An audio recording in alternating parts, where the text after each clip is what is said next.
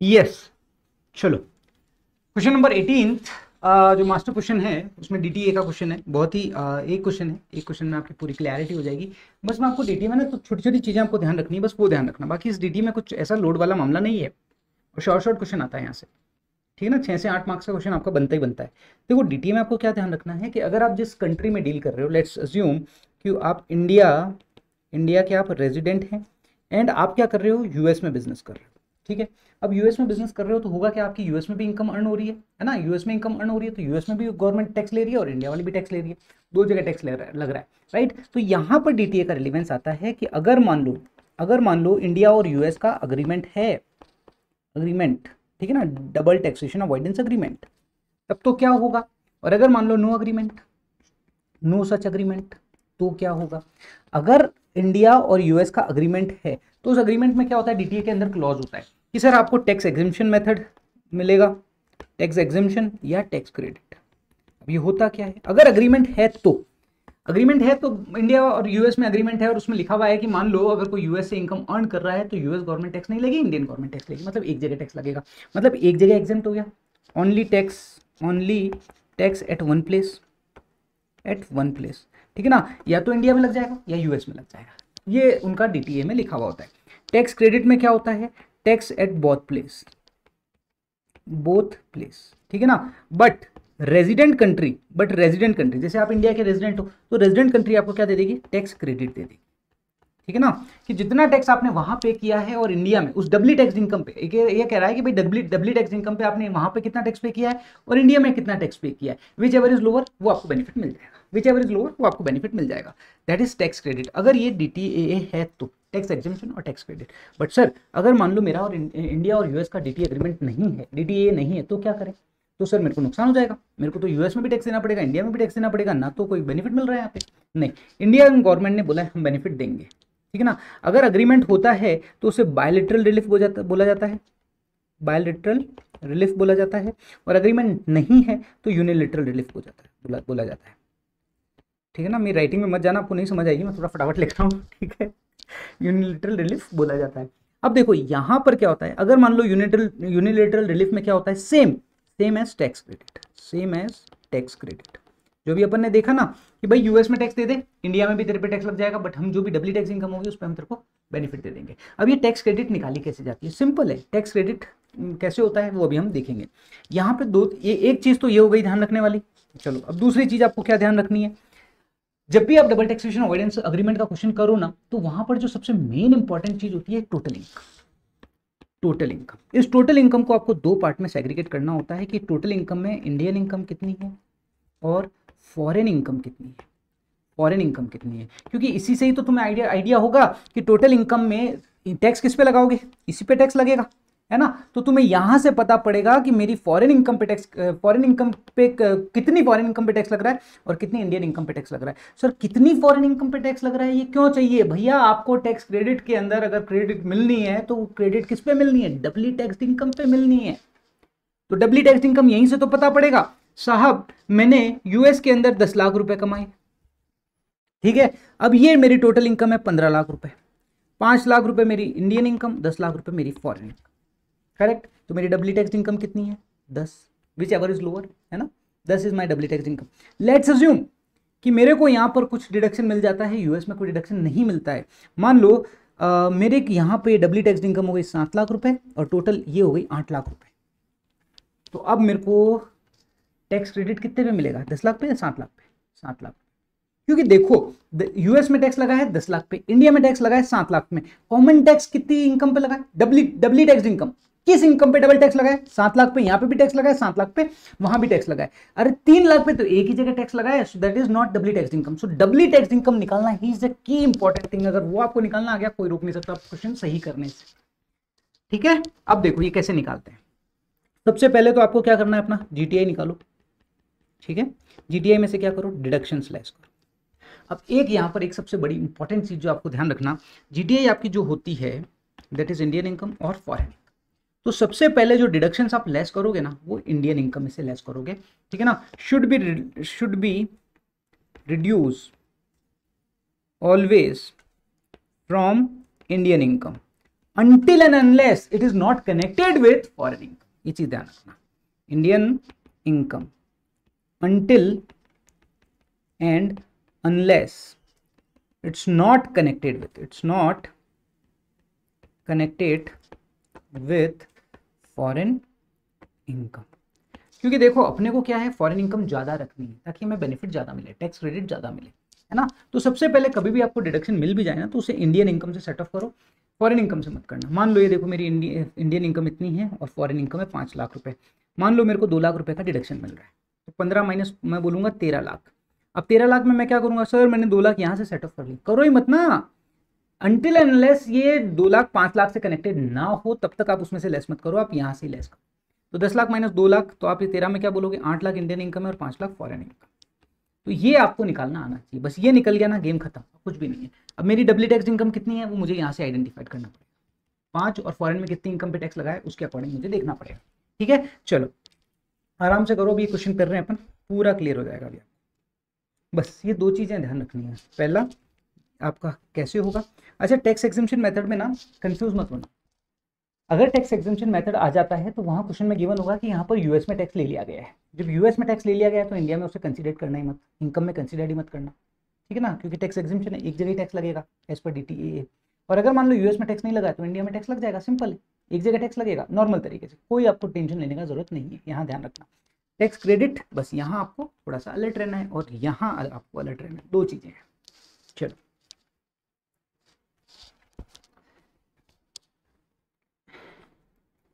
Mister Suresh, an individual resident in India जिनकी age है 60 साल, furnishes the following particulars income earned in India और country X और Y. India, country X, country Y कितना कितना कमाया है उसकी डिटेल उन्होंने दी for the previous year 22-23। India has not enter double taxation avoidance agreement with country Y, country Y के साथ कोई एग्रीमेंट नहीं है, no DTAA country x, sorry country x के साथ में, तो यहाँ पर आपको टैक्स क्रेडिट मिल जाएगा, ठीक है। चलो and has double taxation avoidance agreement DTAA with country Y. अब देखो यहाँ पे इन्होंने टैक्स एग्जेम्पशन बोला है या टैक्स क्रेडिट बोला है, जनरली टैक्स क्रेडिट ही होता है यहाँ पे, मतलब मोटा मोटी दोनों जगह आपको टैक्स क्रेडिट ही मिल जाएगा।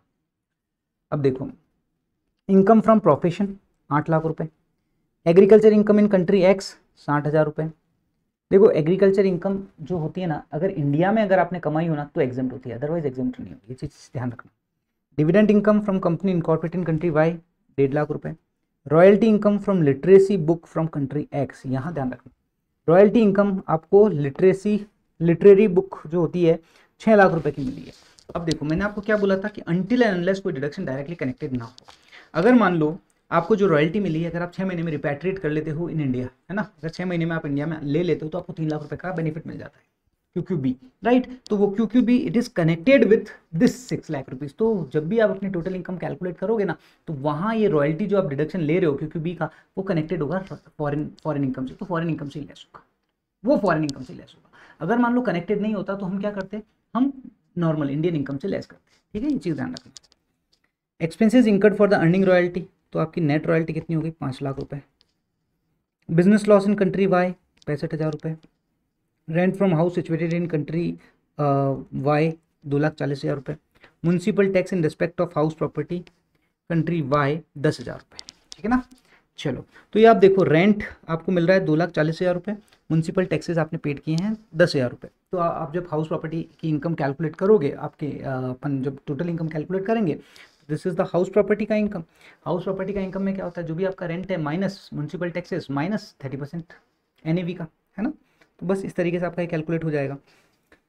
अभी बोल रहा है business loss in country Y not eligible for set off against other income as per the law of that country. उनके लॉ में वो सेट ऑफ नहीं हो सकता, मतलब फॉरेन कंट्री के लॉ के अकॉर्डिंग आप बिजनेस लॉस सेट ऑफ नहीं कर सकते, बट हमारे लॉ में तो हम सेट ऑफ कर सकते हैं, कौन मना कर रहा है। Business loss can be set of, कोई प्रॉब्लम ही नहीं है। तो हमारी अगर बिजनेस इनकम है तो हम उसे सेट ऑफ कर लेंगे, बिंदास कर लेंगे। Royalty income brought in India 2023 मई 2023 में लाई गई। The tax rate in the country X and Y 10% और 15% है। Foreign tax paid in country Y 58,500। ये कहता है एक्स में जो टैक्स रेट है 10% है, वाई में है 15% और आपने 58,500 का टैक्स पे किया है। Compute the total income and tax payable आपको निकालना है, ठीक है ना। चलो, तो आपको DTAA के अकॉर्डिंग सबसे पहले तो आपको क्या करना है, अपनी टोटल इनकम कैलकुलेट करनी है, that is the main object. Total income में आप आ जाओ, देखो हाउस प्रॉपर्टी में आपको क्या गिवन है, 2,40,000 रुपये, तो 2,40,000 रुपये माइनस म्यूनसिपल टैक्सेस। चलो इसे ढंग से यहाँ पे यहाँ करते हैं। हाँ, हाउस प्रॉपर्टी में अपन जाएंगे तो 2,40,000 रुपये माइनस म्यूनसिपल टैक्सेस कितने हो गए, 10,000, 2,30,000 रुपये, राइट। अब ये आपका एनएवी, एनएवी में से एनएवी आ गया आपका 2,30,000 रुपये। अब उसमें से आप क्या करो, 30% स्टैंडर्ड 30% डिडक्शन लेस कर दो ऑफ एनएवी, 2,30,000 माइनस 30%, तो ये आ जाएगा आपका इनकम फ्रॉम हाउस प्रॉपर्टी 1,61,000। तो पहला आप देख low income from house property कितना आ रहा है। ये आ गया आपका इनकम फ्रॉम हाउस प्रॉपर्टी, ठीक है। अब ये इनकम फ्रॉम हाउस प्रॉपर्टी कौन सी कंट्री से है, कंट्री वाई, तो हमेशा यहाँ लिखना शुरू करो ताकि तुम्हें ईजी रहे। This is from country Y, ठीक है ना, country Y. This is the foreign income, क्योंकि मुझे पता लगाना पड़ेगा ना कि मेरी टोटल इनकम में कितनी कंट्री एक्स की है, कितनी कंट्री वाई की है और कितनी इंडियन इनकम है, तो मुझे लिखना पड़ेगा दिस इज कंट्री वाई का इनकम है, ठीक है। चलो, हाउस प्रॉपर्टी के बाद क्या आता है, पीजीबीपी का इनकम। चलो पीजीबीपी का इनकम देखते हैं, this is from India, 8 lakh का इंडिया इनकम है, तो ये 8 लाख का इंडिया इनकम आ गया। वी कैन से कि this is Indian income, this is Indian income. अब देखो यहाँ पर 65,000 का लॉस है, इंडिया लॉ के अकॉर्डिंग आप बिजनेस का लॉस सेट ऑफ कर सकते हो, तुम कर रहे हैं, तो ये कंट्री वाई का लॉस है वो मैं यहाँ पर सेट ऑफ कर रहा हूँ, तो रिमेनिंग इनकम बची है 7,35,000, ठीक है। चलो ये भी हो गया और 65,000 का लॉस भी हो गया, ये भी ट्रीटमेंट हो गया, ये भी हो गया और ये भी हो गया। चलो फिर आता है एग्रीकल्चर इनकम, डिविडेंड इनकम और रॉयल्टी इनकम, ठीक है ना। अगर रॉयल्टी बिजनेस से कनेक्टेड है तब तो पीजीबीपी में आ जाएगी, अदरवाइज अदर सोर्सेज में आएगी, तो मैं अज्यूम कर रहा हूँ कि we will take the other sources, ठीक है ना, बेस्ड ऑन दी अजम्पशन आपको लिख के आना पड़ेगा। अब जैसे एग्रीकल्चर इनकम है आपकी, चलो रॉयल्टी है आपकी 6 लाख माइनस 1, तो 5 लाख आपकी रॉयल्टी आ गई, ये देखो दिस इज द रॉयल्टी। ये कहाँ से मिली है आपको रॉयल्टी, आपको एक्स से मिली है, तो दिस इज एक्स, यहाँ आपको लिखना पड़ेगा कंट्री एक्स, ठीक है। तो ये रॉयल्टी वाला भी टिक लगा दो। अब बचा है 60,000 और 1,50,000, मतलब 2,10,000 की आपकी ये इनकम और आ गई है। दिस इज कहाँ से है वो भी देख लो, एग्रीकल्चर है एक्स से और डिविडेंड है वाई से, एग्रीकल्चर है एक्स से और ये है वाई से, ठीक है ना, तो ये भी आपकी इनकम आ गई। तो आपकी टोटल इनकम आ गई 16,06,000, 16,06,000 आ गई। अब मेरे को क्यूक्यूबी का डिडक्शन मिल जाएगा 3 लाख रुपए तक का, ये 3 लाख रुपए तक का लेस कर दो। और रॉयल्टी कहाँ से है मेरी, कंट्री एक्स से है, तो दिस इज डिडक्शन भी कंट्री एक्स से रिलेटेड ही है, करेक्ट। ये आ गया मेरा 13,06,000, this is my total income. अभी टोटल इनकम को 3 पार्ट में सेग्रीगेट करना है, इंडियन हिस्सा कितना है, कंट्री एक्स का कितना है और वाई का कितना है। तो अब देखो पहले वाई का ले लो आप, ये वाई 1 2 3, ठीक है ना, तो 1,61, तो वाई का हिस्सा कितना हो गया 161 plus 150 minus 65, this is loss set of, है ना, तो यहाँ पे इसका इम्पैक्ट लेना पड़ेगा, है ना। तो 161 लाख प्लस 150 लाख माइनस 65 लाख, तो ये आ गया आपका 2,46,000, 2,46,000, ठीक है। चलो कंट्री एक्स का लेते हैं अब अपन, ये आ गया 3 लाख आपका, नहीं ये 3 लाख है ना, royalty income after deducting 5 lakh, sorry दिख नहीं रहा है बराबर, ये this is 5 lakh, this is 5 lakh, ठीक है। तो 5 लाख आ गया, इसको कलर चेंज कर लेते हैं, 5 लाख, ठीक है। ये 60,000, तो 5,60,000 और ये डिडक्शन, ठीक है ना, तो 5,60,000 माइनस 3 लाख का डिडक्शन, तो कितना हो गया 5,260 हो गया, 2,60,000, ठीक है ना, करेक्ट। अब इंडियन इनकम कितनी है 8 लाख, बस ये 8 लाख आपकी इंडियन इनकम है, 8 लाख देख लो, 8 लाख प्लस 2.6 प्लस 2.46 13.06, ठीक है, सो मैच हो गई। अब मुझे यहाँ पता पड़ गया है मेरी टोटल इनकम में एक्स की इनकम इतनी है, वाई की इनकम इतनी है और इंडियन इनकम इतनी, बस ये क्लियरिटी होना बहुत ज़रूरी है, क्योंकि अब आपको जो टैक्स क्रेडिट मिलने वाला है वो इन्हीं पे मिलने वाला है, ठीक है। तो 13,06,000 पे आप नॉर्मल तरीके से टैक्स निकाल लो। कौन है ये, सीनियर सिटीजन है ना, 60 साल के हैं, मिस्टर सुरेश 60 साल के हैं, तो 60 साल के हैं तो 3 लाख तक तो नो टैक्स, 3 लाख से 5 लाख तक, मतलब अगली जो 2 लाख की इनकम है उस पर 5% के हिसाब से 10,000 रुपये, ठीक है। और हाँ, और 5 लाख से 10 लाख पर 20%, तो ये हो गया आपका 1 लाख रुपए। और 10 लाख के ऊपर जो इनकम है, 10 लाख के ऊपर जो इनकम है वो कितनी है, दैट इज़ 13.06 थी ना, हाँ 3,06,000। तो 3,06,000 का 30%, 3,06,000 का 30%, तो ये कितनी हो गई 91,800। तो ये कितनी हो गई, काउंटिंग कर लो, प्लस 1 लाख प्लस 10,000, तो ये 2,01,800 ये आपका टैक्स बन गया। ठीक है, इंटू 4% प्लस इक्वल टू, ये 4% सेस लग गया तो ये नॉर्मल आपका ये निकल गया। तो प्लस 4% के हिसाब बाद में आया आपका 209,872। अब एवरेज टैक्स निकाल लो। अब आप क्या निकाल लो, एवरेज टैक्स निकाल लो। एवरेज टैक्स कितना हो गया, 209,872 कितने पे हो गया, 13,06,000 पे इंटू 100, रेट परसेंटेज निकाल लो ना, 13,06,000 परसेंटेज, ओहो 209,872 अपॉन 13,06,000 इंटू 100, तो 16 पॉइंट, तो ये जो आपका एवरेज टैक्स आया ना 16.07%, 16.07%। बस अब कुछ भी नहीं करना है, अब अपन को क्रेडिट कैलकुलेट करनी है कि मेरे को क्रेडिट कितनी मिलेगी। सबसे पहले देखो आओ, यहाँ पे क्या क्या गिवन है अपने को, कंट्री एक्स की रेट है 10% और कंट्री वाई की रेट है 15%, और कंट्री वाई में मैंने 58,500 का टैक्स दिया है, मैंने 58,500 का टैक्स दिया, that is 11 for me. Country x में मेरे को 10% है, तो मेरे को सबसे पहले 10%, देखो अब मेरे को क्रेडिट कितनी मिलेगी।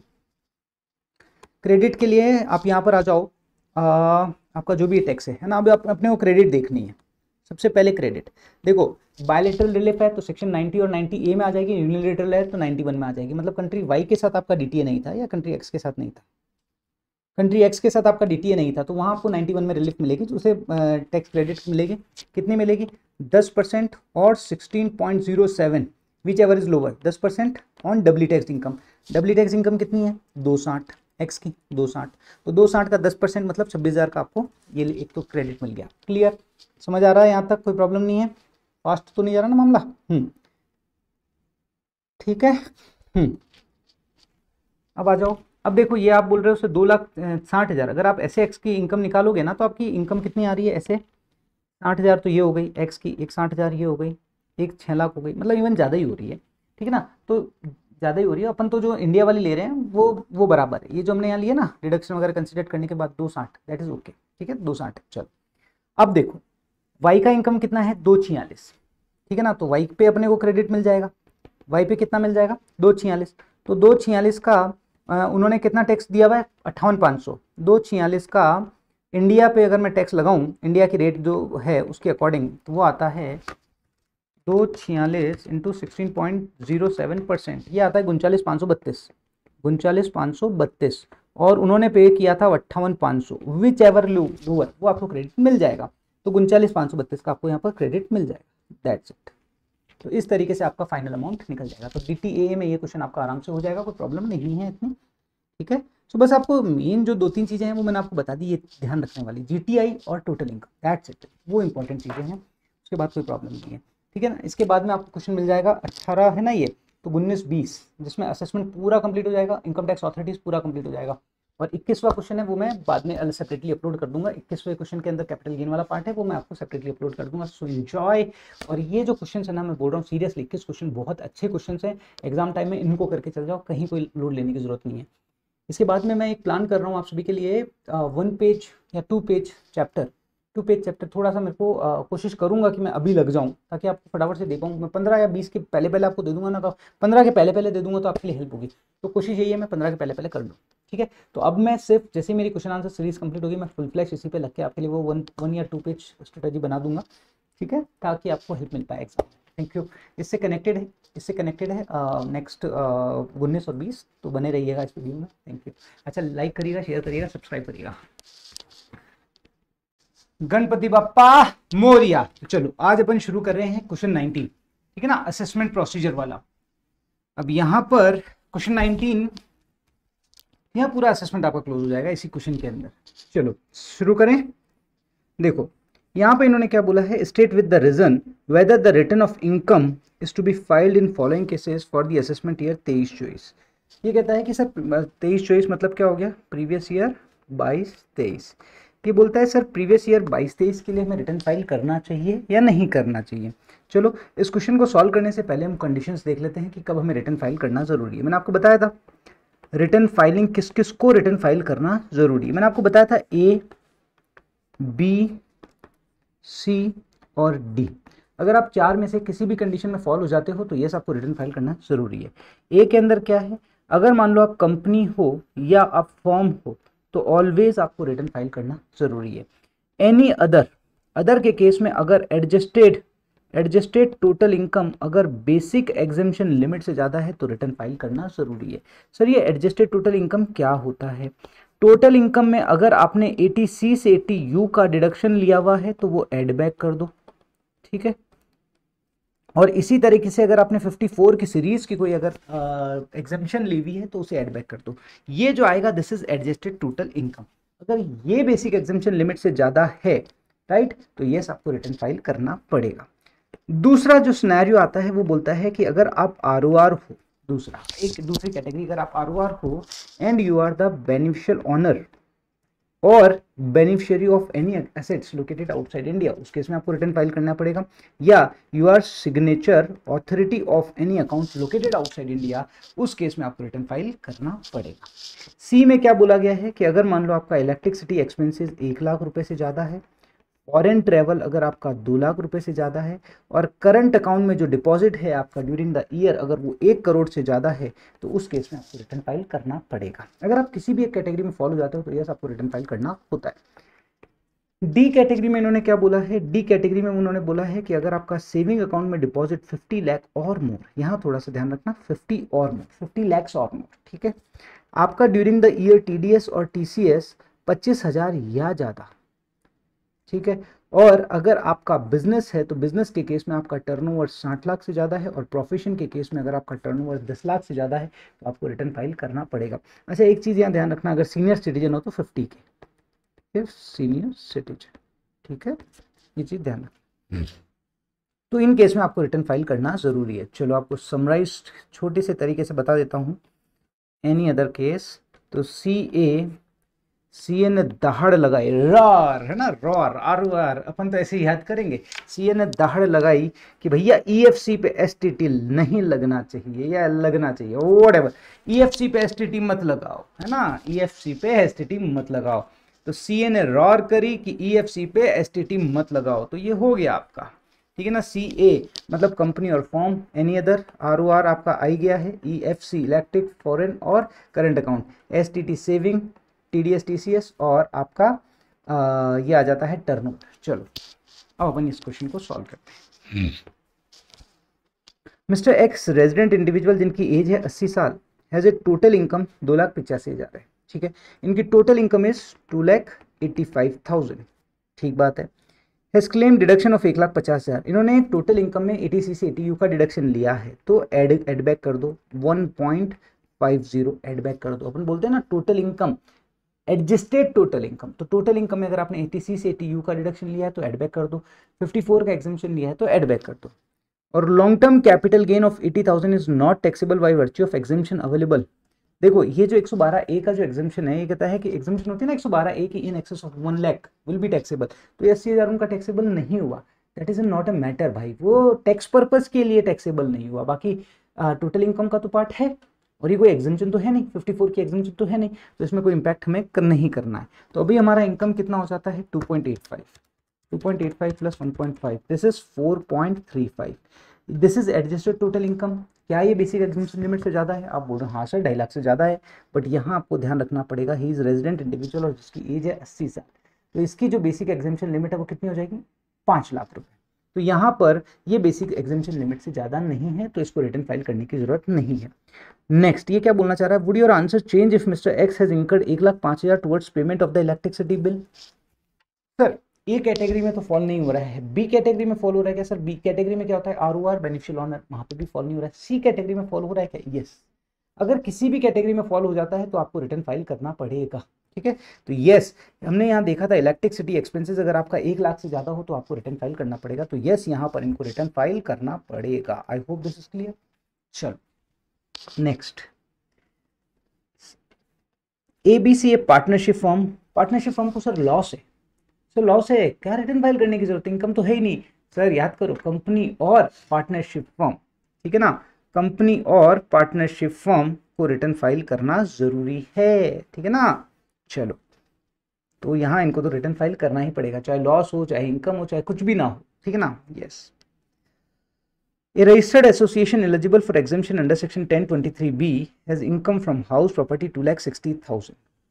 A registered association ये कहता है कि जो 1023B में exemptions लेती है, 1023B में exemptions जब ये लेती है तो as per 139(4)(c) 139(4)(c के अकॉर्डिंग, ठीक है ना, 4A 4B 4C 4D 4E 4F, ठीक है ना। तो अगर आप जब देखो, इसको भी आपको बता ही देता हूँ, 139(4)(a 4B 4C 4D 4E और 4F, इसे याद करने के लिए टाइम पास है CBI, TP है CBI, ठीक है। T से ट्रस्ट, ट्रस्ट को अपना रिटर्न फाइल करना होता है as per under section 139(4)(a), political party को 4B के अकॉर्डिंग, हॉस्पिटल और सर्टेन इंस्टीट्यूट्स जो 10 की एग्जेम्पशन लेते हैं, जो 10 की एग्जेम्पशन लेते हैं, 10 की एग्जेम्पशन, तो अभी हम देख रहे हैं 10 कौन सा देखा अपने, 1023B है ना, तो ये आपका इसमें आ जाएगा, 4C में आ जाएगा, ठीक है। C से आएगा सर्टेन नोटिफाइड इंस्टीट्यूट जो साइंटिफिक रिसर्च का बेनिफिट्स लेते हैं, और B से बिजनेस ट्रस्ट, और FI से इन्वेस्टमेंट फंड। तो यहाँ आपको पता पड़ चुका है इनके लिए कहाँ रिटर्न फाइल करना होता है, इनको रिटर्न फाइल करना होता है इन सेक्शन के अकॉर्डिंग, ठीक है ना। और ड्यू डेट जो होती है 139(1) की ही ड्यू डेट्स होती है। चलो, तो अब देखो, अगर मैं आपको 139(4)(c) के बारे में बताऊं तो वहां पर क्या लिखा हुआ है, 4A में लिखा हुआ है कि कोई भी ट्रस्ट की इनकम, चलो आपको सारा बता ही देता हूँ। 4A में लिखा हुआ है कि अगर कोई भी ट्रस्ट की इनकम 139(4)(a), अगर ट्रस्ट की इनकम 11/12 की एग्जेम्पशन क्लेम करने से पहले अगर बेसिक एग्जेम्पशन लिमिट से ज़्यादा है तो रिटर्न फाइल करना पड़ेगा। पॉलिटिकल पार्टी सेक्शन 13A की एग्जेम्पशन क्लेम करने से पहले, ठीक है ना, ये सेक्शन 13A है पॉलिटिकल पार्टीज के केस में, इलेक्ट्रल ट्रस्ट के केस में 13B है। तो इन्होंने क्या बोला है कि अगर मान लो पॉलिटिकल पार्टी के केस में सेक्शन 13A की एग्जेम्पशन क्लेम करने से पहले अगर total income basic exemption limit से ज़्यादा है तो रिटर्न फाइल करना पड़ेगा। 4C में इन्होंने क्या बोला हुआ है कि इसी तरीके से 10 की एग्जेम्पशन क्लेम करने से पहले अगर आपका total income basic exemption limit से ज़्यादा है तो आपको रिटर्न फाइल करना पड़ेगा, ठीक है ना। और यहाँ पर मैंडेटरी है, इनको तो रिटर्न फाइल करना मैंडेटरी। चलो, अब देखो 4C में अपन आते हैं, ये क्या बोलना चाह रहा है, ये देखो यहाँ पर 139(4)(c) में आपको रिटर्न फाइल करना पड़ेगा अगर आपका टोटल इनकम 10 की एग्जेम्पशन क्लेम करने से पहले बेसिक एग्जेम्पशन लिमिट से ज़्यादा है। तो 2.5 lakh basic exemption, 2.5 lakh sorry basic exemption limit is 2.5 lakh, और यहाँ 2.5 लाख से ज़्यादा है तो यस इनको रिटर्न फाइल करना पड़ेगा। I hope this is clear. अगला, मिस्टर वाई जिनकी एज है 45 साल, employ of the ABC, draw a salary of 4,90,000। अच्छा, इनको मैं सही लिख देता हूँ, सर्टेन इंस्टीट्यूट, पॉलिटिकल पार्टी, क्योंकि ये आपके काम आने वाला है, और ये आपका हो गया ट्रस्ट, सर्टेन इंस्टीट्यूट जिनको एग्जेम्पशन मिलती है 10 की, ठीक है ना। चलो, और 4D से हो जाएगा साइंटिफिक रिसर्च के अंदर जो अप्रूव्ड हैं, 4E में हो जाएगा बिजनेस ट्रस्ट, और F में हो जाएगा इन्वेस्टमेंट फंड, ठीक है। चलो,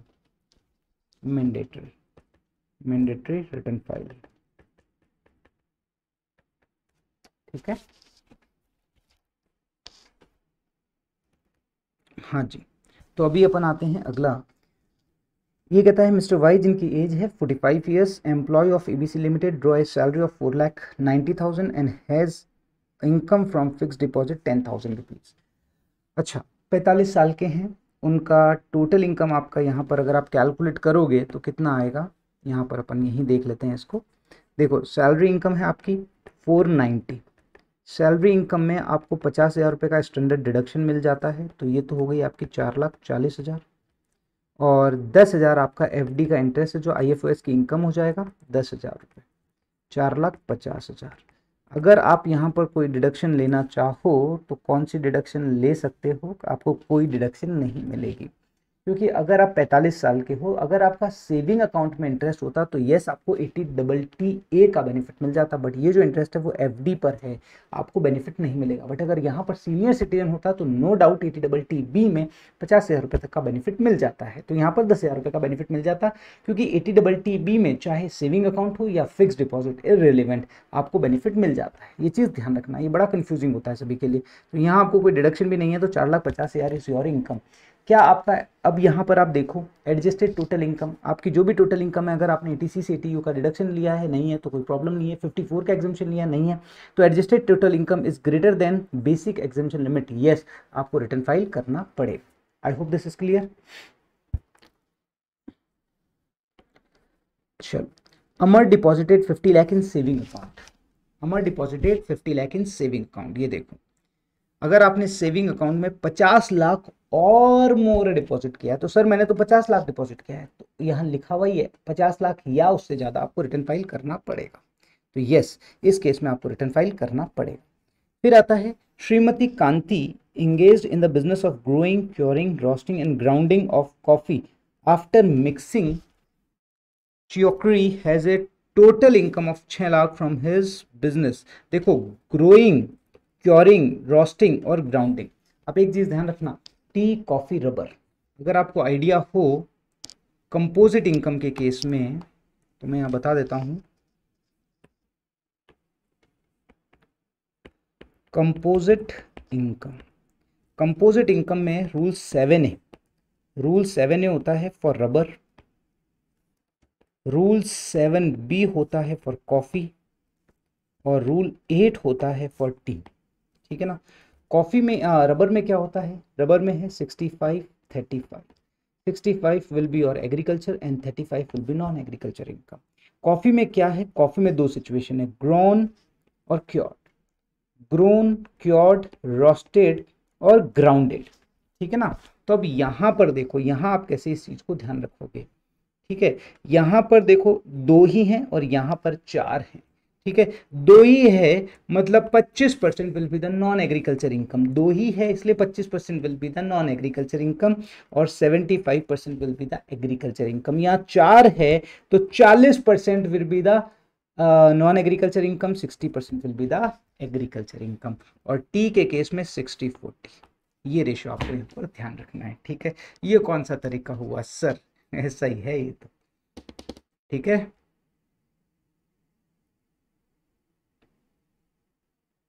चलो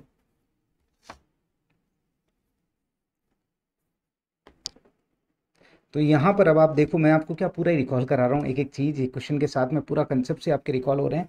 तो अब देखो यहाँ पर 6 लाख रुपीज़ है, तो 6 लाख का 60% will be the agriculture income, 40% will be the non agriculture income, तो 2,40,000 रुपये। क्या 2,40,000 रुपये बेसिक एग्जामिशन लिमिट से ज़्यादा है? नो, तो रिटर्न फाइल करने की जरूरत नहीं है। कम ऑन द नेक्स्ट क्वेश्चन। तो एक क्वेश्चन में मैं आपको सब कुछ करा रहा हूँ तो आपको बहुत आसान हो जाएगा। Come on the next question, question number 2।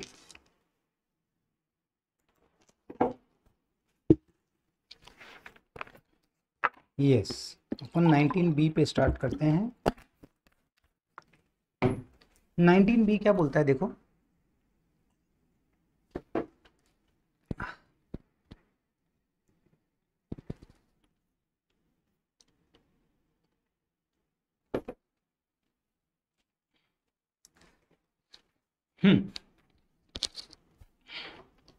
ये बोलता है the assessing officer issued in notice under section 142(1)। Assessing officer ने 142(1) का नोटिस दिया।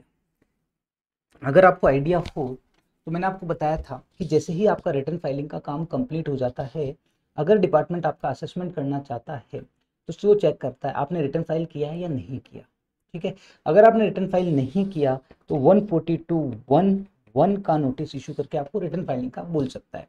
और जब आपको वो रिटर्न वेरिफिकेशन करता है या उसको और कुछ इंफॉर्मेशन मंगानी होती है तो 142(1)(2) का नोटिस इशू करके आपसे further information, books of accounts, documents मंगा सकता है।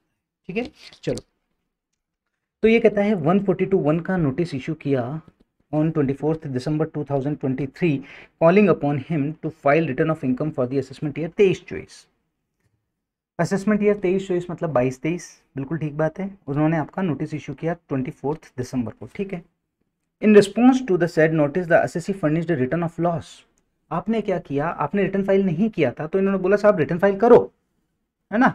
In response to the said notice the assessee furnished a return of loss and claimed carry forward of business loss और unabsorbed depreciation state the assessee would be entitled to carry forward. ये बोलता है साहब assessing officer ने आपको भेजा कि भैया तेरे रिटर्न फाइल नहीं किया, रिटर्न फाइल कर रहे हैं, और आपने रिटर्न फाइल करा।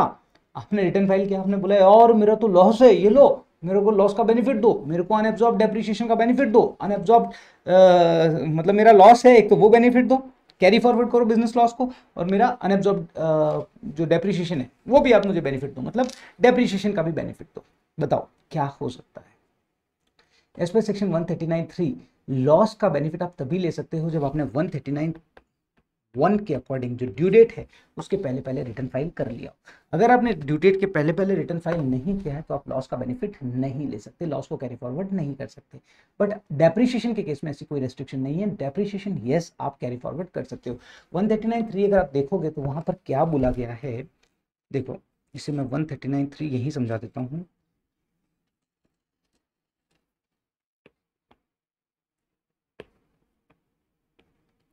वन 139(3) लॉस रिटर्न, अगर आपका बिजनेस का लॉस है, ठीक है, अगर आपका कैपिटल गेन का लॉस है या ओनिंग एंड मेंटेनिंग ये लॉस है, तो ये लॉस आपके तभी कैरी फॉरवर्ड होंगे जब आपने ड्यू डेट के पहले पहले रिटर्न फाइल कर दिया। सर इसके अलावा हाउस प्रॉपर्टी का लॉस है, यस आप कैरी फॉरवर्ड कर सकते हो, कोई प्रॉब्लम नहीं है। अनएब्जॉर्ब डेप्रिसिएशन आप कैरी फॉरवर्ड कर सकते हो, कोई प्रॉब्लम नहीं है। I hope this is clear. So यहाँ पर जो एसएससी क्लेम करना चाहता है that it is not possible, yes unabsorb depreciation के केस में कर सकता है, बाकी नहीं कर सकता है। चलो next, Ram an individual filed his return of income for the assessment year 23-24 on 15/6/2023। ये कहता है कि उन्होंने 15/6/2023 को अपना रिटर्न फाइल किया, मतलब रिटर्न उन्होंने ड्यू डेट के पहले पहले फाइल कर दिया, ठीक है ना, 15/6/2023 को। He later discovered he has not claim deduction, उसको बाद में पता पड़ा कि यार उसने एटीसी का डिडक्शन तो लिया ही नहीं, होता है कि भाई मैंने रिटर्न तो फाइल कर दिया, डिडक्शन लेना भूल गया। ही क्लेम्ड, इन्होंने क्या करा, असेसिंग ऑफिसर को एक लेटर भेजा, लिखे जो खत तुझे, है ना, हाँ। He claimed the said deduction through a letter addressed to the assessing officer. The assessing officer completed the assessment without allowing the deduction claimed by Ram. Is the assessing officer, क्या ऐसा करेगा assessing officer? क्या उसे consider करना चाहिए, नहीं करना चाहिए? भाई साहब अगर आपने रिटर्न ड्यू डेट पे फाइल कर दिया है और अगर आप चाहते हो कि उसमें कोई मॉडिफिकेशन हो, उसमें कोई आपसे इवेजन गलती हुई है, कोई गलत चीज़ लिखने में आ गई है, या कोई डिडक्शन आपने क्लेम करनी थी बट नहीं करी है, तो आप करोगे क्या, आपको रिवाइज रिटर्न फाइल करना पड़ेगा। सिर्फ और सिर्फ लेटर देने से काम नहीं चलेगा, you have to file revise return, right.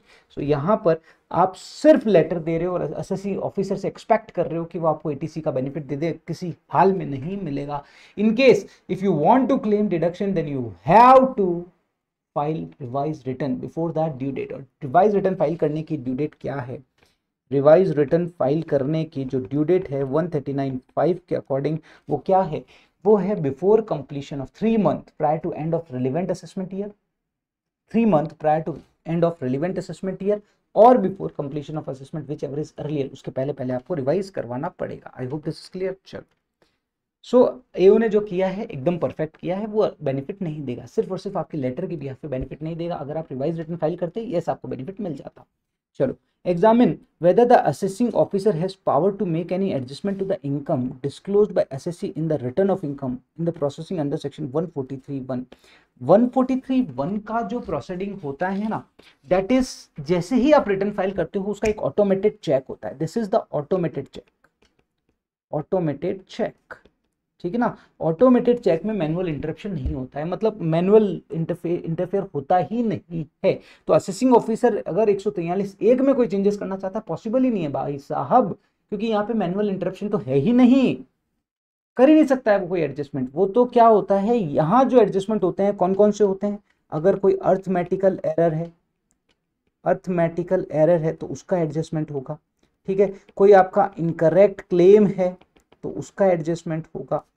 आपने लॉस कैरी फॉरवर्ड कर दिया बट रिटर्न ड्यू डेट तक, but return not filed up to due date, up to due date, तो उसे आपको उसे डिसअलाउ कर दिया जाएगा, डिसअलाउ कर दिया जाएगा। सेम अगर आपने कोई इनकम बेस्ड डिडक्शन ले ली है, इनकम बेस्ड डिडक्शन ले ली है और return file not file up to due date, तो उसे भी डिसअलाउ कर दिया जाएगा।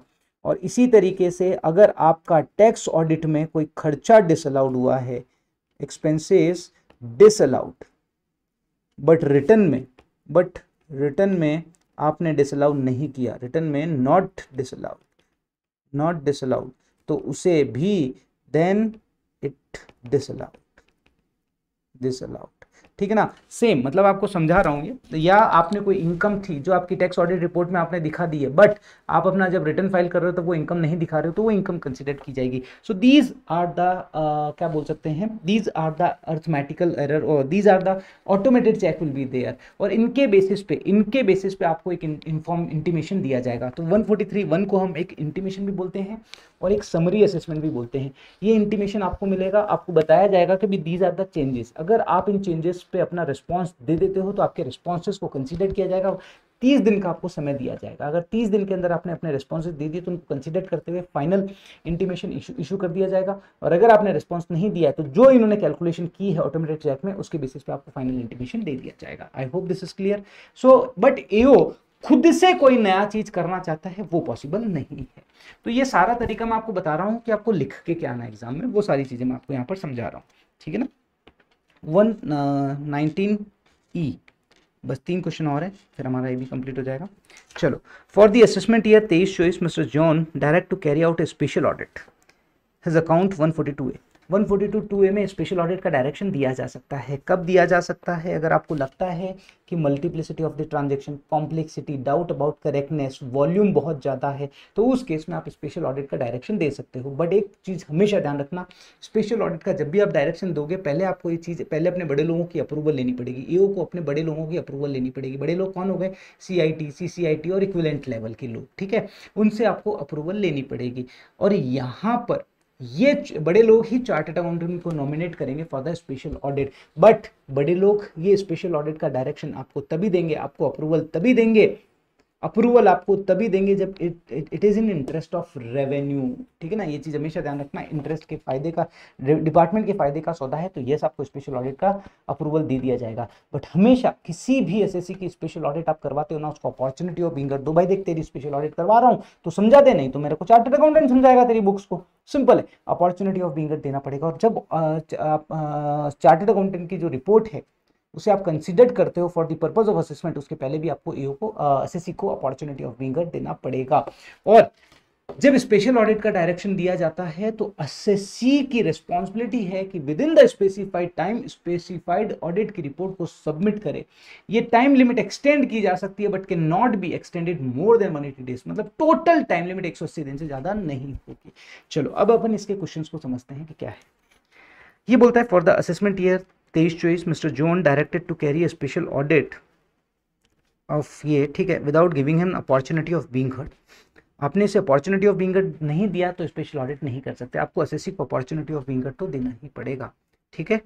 अब ये बोलता है answer the following questions. Can the SSC contended that since the reasonable opportunity of being heard is not provided by assessing officer such notice requiring the special of is not valid? Yes, absolutely correct. अगर आप opportunity of being heard नहीं दे रहे हो तो this will be the invalid notice, this will be the invalid notice. Perfect है, invalid notice है ये। If the assessee decided to get his books of accounts audited under section 142(2)(a, then what will be the due date? देखो due date क्या है, यहाँ पर special audit का एओ direction दे सकता है कि स्पेसिफाइड टाइम लिमिट में आपको अपना स्पेशल ऑडिट रिपोर्ट सबमिट करना है, बट इसे एक्सटेंड किया जा सकता है और टोटल टाइम ड्यूरेशन कभी भी 180 दिन से ज्यादा नहीं होगा from the date of direction, from the date of direction, यहां ये चीज ध्यान रखना, from the date of direction, ठीक है। चलो, if assessee intentionally does not comply the direction how much penalty can be levied? अगर मान लो इंटेंशनली अगर वो डायरेक्शन को फॉलो नहीं कर रहा है तो 272(a) के अंदर 10,000 रुपए का पेनल्टी इस पर इंपोज कर दिया जाएगा। देख लेते हैं एक बार।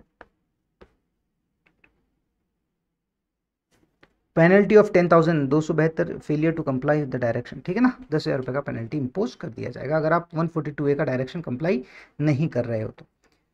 For the failure to get books of accounts audited 142A can prosecution proceeding launch against the SSC.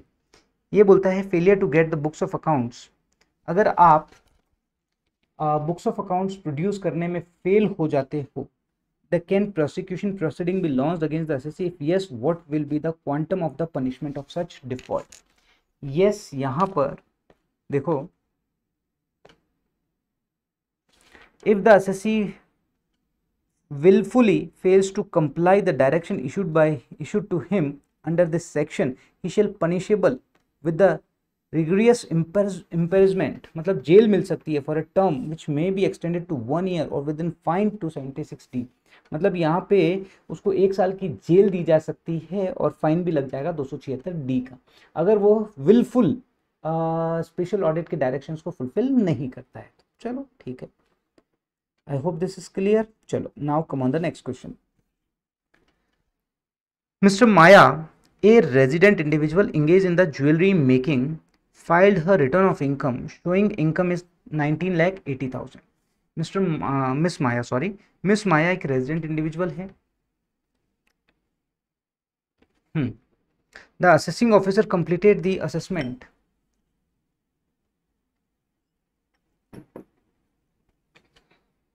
The assessing officer completed the assessment under section 143(3) as the assessee participate in the assessment। ये बोल रहे हैं कि mister माया miss माया ये resident individual है जो jewellery making करते हैं। फाइल्ड, उन्होंने अपना रिटर्न फाइल किया 19,80,000, उन्होंने अपना 19,80,000 का रिटर्न फाइल किया। असेसिंग ऑफिसर ने क्या कर दिया, उनका असेसमेंट कंप्लीट कर दिया 143(3) में, और असेसी ने भी बिल्कुल फुल फ्लैश पार्टिसिपेट किया उसके अंदर कि लो भैया तुमने मांगा जो पकड़ाया। The assessing officer disallowed a sum of rupees 3,69,000, उन्होंने 3,69,000 का एक अनएक्सप्लेन्ड कैश था उसको डिसअलाउड कर दिया। The assessee claim that the assessment is void. Assessee बोलता है साहब असेसमेंट ही वॉइड है, फर्जी है। अब क्यों बोलता है, देखो ये बोलता है कि भाई साहब मेरे को तो नोटिस ही नहीं मिला, 143(2) का नोटिस ही नहीं मिला, ये तो असेसमेंट कैसे कर सकते हैं, पॉसिबल ही नहीं है।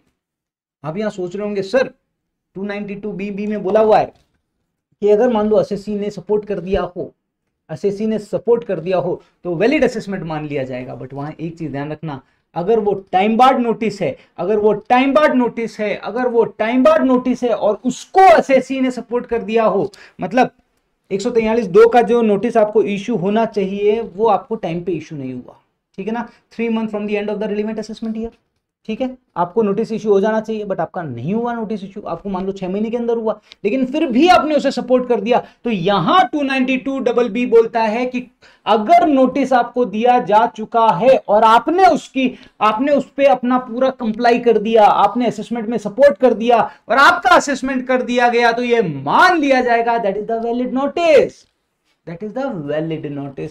लेकिन सर यहां सिचुएशन कुछ और है, यहां तो नोटिस ही नहीं आया, यहां तो नोटिस ही नहीं आया, यहां 292BB का सपोर्ट डिपार्टमेंट को नहीं मिलेगा, right. This is invalid, this is invalid. अगर नोटिस सर्व हो जाता ना तब तो ये वैलिड हो जाता, लेकिन नोटिस सर्व ही नहीं हुआ, देन इट इज इनवैलिड, ठीक है ना। तो 292 का जो सपोर्ट मिलता है ना, 292BB का जो सपोर्ट मिलता है, if return file, if notice serve, sorry if notice serve then only, otherwise no, ठीक है ना, ये चीज ध्यान रखना। चलो आगे चलते हैं। For the facilitating expeditious resolution of the dispute relating to the international transaction involving transfer pricing or foreign companies, the Income Tax Act has provided alternative dispute resolution, yes DRP, dispute resolution panel, section 144C, ठीक है ना। in the context you are required to answer the following: what meaning has been assigned to the dispute resolution panel and the eligible assessee। dispute resolution panel सबसे पहले तो किस किस को मिलेगा, dispute resolution में क्या होता है, CIT लेवल के जो इक्विवेलेंट ऑथोरिटीज हैं वो होते हैं, है ना। अब ये किसको बेनिफिट देता है, एलिजिबल असेसी कौन है, सिंपल है, डिस्प्यूट रिजोल्यूशन बनाया क्यों गया है, लॉजिक पे जाओ, अगर लॉजिक है तो लॉजिक बोलता है सब फॉरेन करेंसी हमारे को हिंदुस्तान में चाहिए, फॉरेन करेंसी लाने वाला कौन है, एक तो NR और एक फॉरेन कंपनी, तो अगर मान लो इनके रिलेटेड अगर तुम कोई भी असेसमेंट कर रहे हो, राइट, इनके रिलेटेड अगर कोई भी तुम असेसमेंट कर रहे हो which is prejudicial to the assessee, तो भाई साहब इनको पहले ड्राफ्ट ऑर्डर भेजो, पहले इनको ड्राफ्ट ऑर्डर भेजो। 144C में यही बताया मैं, पहले इनको ड्राफ्ट ऑर्डर भेजो और उसके बाद इनकी सहमति या असहमति के बेसिस पे फाइनल ऑर्डर दिया जाएगा। ये चाहे तो डीआरपी के पास भी जा सकते हैं। दूसरा और कौन फॉरेन एक्सचेंज लाने में हेल्प करता है? दूसरा जिसपे ट्रांसफर प्राइसिंग एप्लीकेबल है, जो इंटरनेशनल ट्रांजेक्शन कर रहा है। अगर मान लो टीपीओ का कोई भी ऑर्डर आया है under section 92CA, transfer pricing में मैंने बताया था रेफरेंस टू टीपीओ, एओ आपका असेसमेंट करता है, बट अगर उसको समझ नहीं आ रहा है तो टीपीओ को मामला रेफर कर सकता है 92CA, राइट। तो अगर आपका कोई भी टीपीओ का ऑर्डर आया है which is prejudicial, any assessee, यहाँ एनी असेसी हो जाता है, any assessee which is prejudicial to assessee, ऐसा कोई भी ऑर्डर जो प्रिजुडिशियल है to the assessee because of 92CA, जो टीपीओ का ऑर्डर आया एंड इट इज प्रिजुडिशियल, तो सबसे पहले ईओ आपको ड्राफ्ट ऑर्डर देगा और और ड्राफ्ट ऑर्डर के बेसिस पे आपकी सहमति या असहमति के बेसिस पे फाइनल ऑर्डर इशू किया जाएगा। सो पहला ही आपका ये हो चुका है। what can be the grievances for the resolution be filed by an assessee? when can अब ये थोड़ा सा आपको 144 को डिटेल में यहाँ पे एक्सप्लेन करना है। What evidence are being considered for the panel, ठीक है। अब ये क्या बोलना चाहता है? ये बोलना चाहता है कि चलो पहला तो एलिजिबल असेसी हमको समझ में आ गया।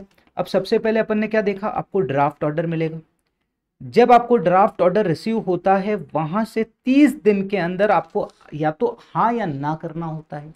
अगर मान लो आप एक्सेप्ट करते हो, अगर आप एक्सेप्ट करते हो, एक्सेप्ट और नो रिस्पॉन्स, अगर आप एक्सेप्ट करते हो तो सुनो, पहले वाले केस में तो जिस महीने में आपने एक्सेप्ट किया है उस महीने की एंड डेट से 1 महीने के अंदर फाइनल ऑर्डर आ जाएगा। और नो रिस्पॉन्स होता है तो जिस महीने में आपका 30 दिन कंप्लीट हो रहा है, वो कहते हैं ना रिसीविंग डेट से 30 दिन में आपको रिस्पॉन्स करना होता है, तो जिस महीने में आपका 30 डेज एक्सपायर हो रहा है, कंप्लीट हो रहा है, उस महीने की एंड डेट से 1 महीने के अंदर फाइनल ऑर्डर इशू कर दिया जाएगा, राइट। और एक होता है ऑब्जेक्शन।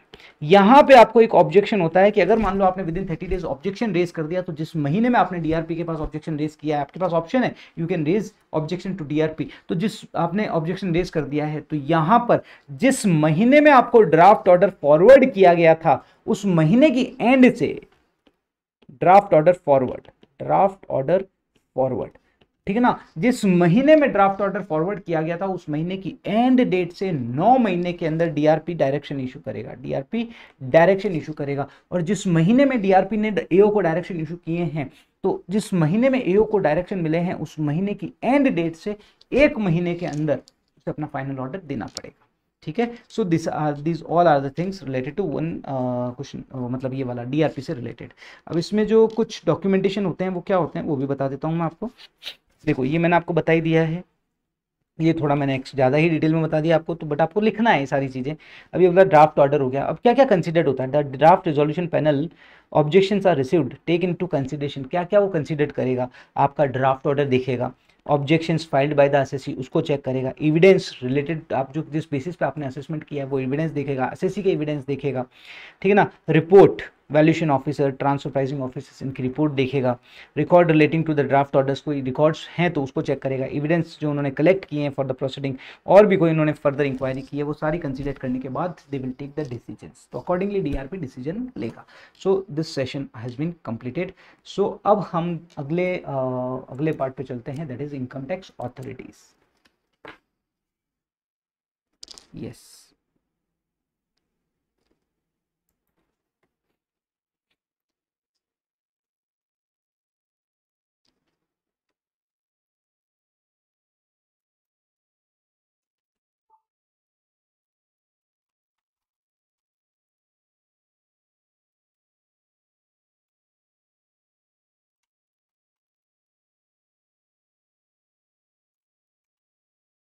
हाँ जी। तो अपन जो नेक्स्ट है, next question number 20 related to income tax authorities, वो अपन कंप्लीट कर लेते हैं, ठीक है।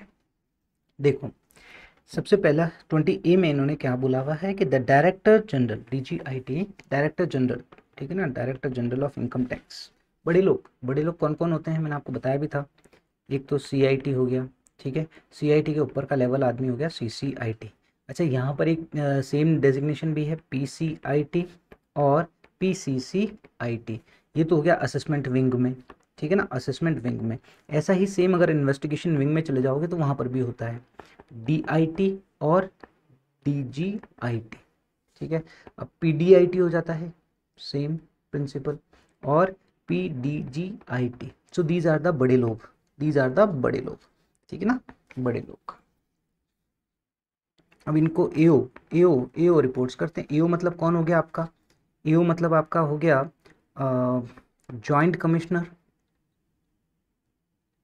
एडिशनल, और हाँ असिस्टेंट कमिश्नर और डिप्टी कमिश्नर, और इसमें आ जाता है आपका ITU, ठीक है। अच्छा एक ही चीज़ ध्यान रखना, एडिशनल CIT जो है वो JC के इक्विवेलेंट होता है, एडिशनल CIT, ठीक है। ये हो गया आपके असेसमेंट विंग में। और अगर इन्वेस्टिगेशन विंग में जाओगे तो D हो जाए, कमिश्नर की जगह डायरेक्टर, वो हाँ director general of the income tax होता है, तो जॉइंट डायरेक्टर, असिस्टेंट डायरेक्टर, ये ऐसा आ जाएगा, दैट्स इट, सिंपल। चलो अब देखो, अब इन्होंने यहाँ पर क्या बोला है कि the director general of income tax after getting the information that mister Mukhembo, उनके पास इंफॉर्मेशन है दैट मिस्टर मुखेम्बो, खुश हुआ है ना, Mukembo is in position of the unaccounted cash of 50 lakh rupees. Mukembo के पास 50 लाख रुपए का अनअकाउंटेड कैश है, अनअकाउंटेड कैश जो भाई साहब ने दिखाया ही नहीं है, मतलब 2 नंबर का पैसा है उनके पास में।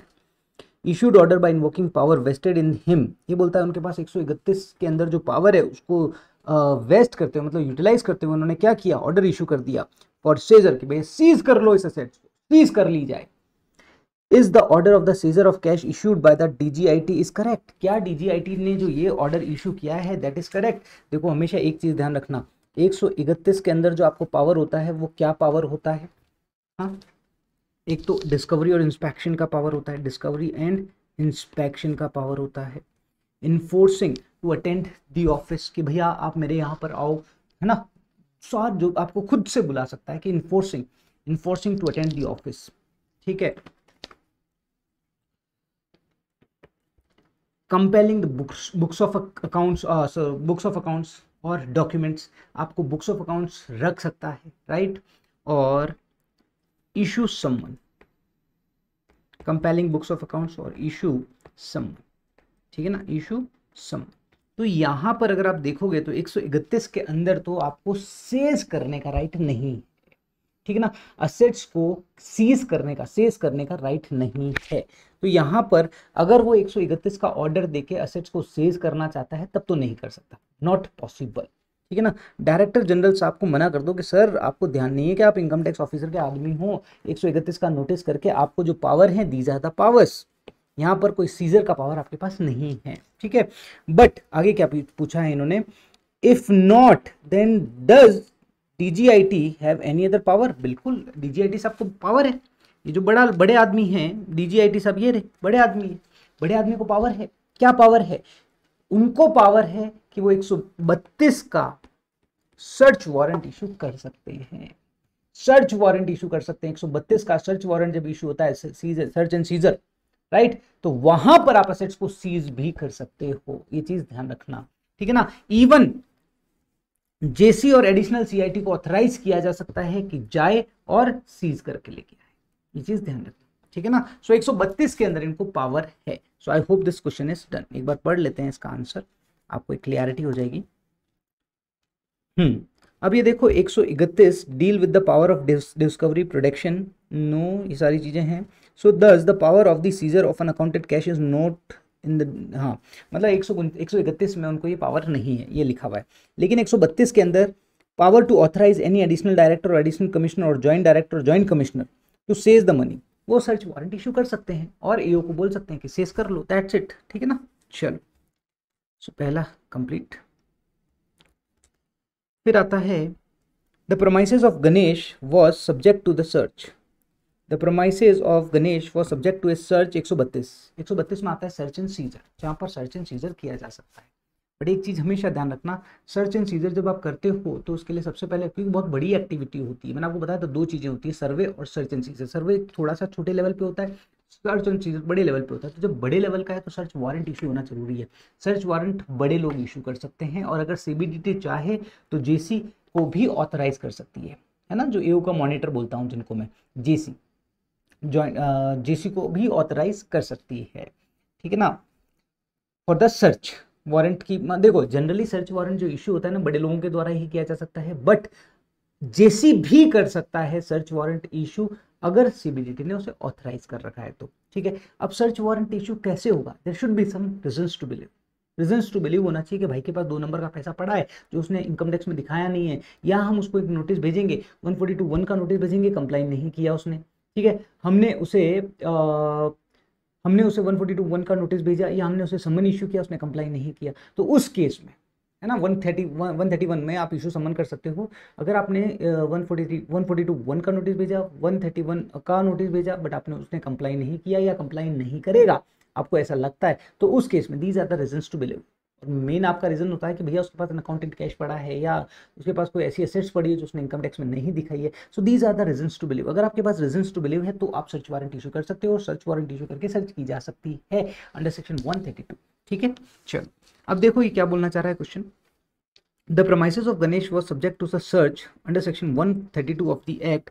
The search was authorized and the warrant was issued by the Joint Commissioner of the Income Tax Act, having jurisdiction over the assessee.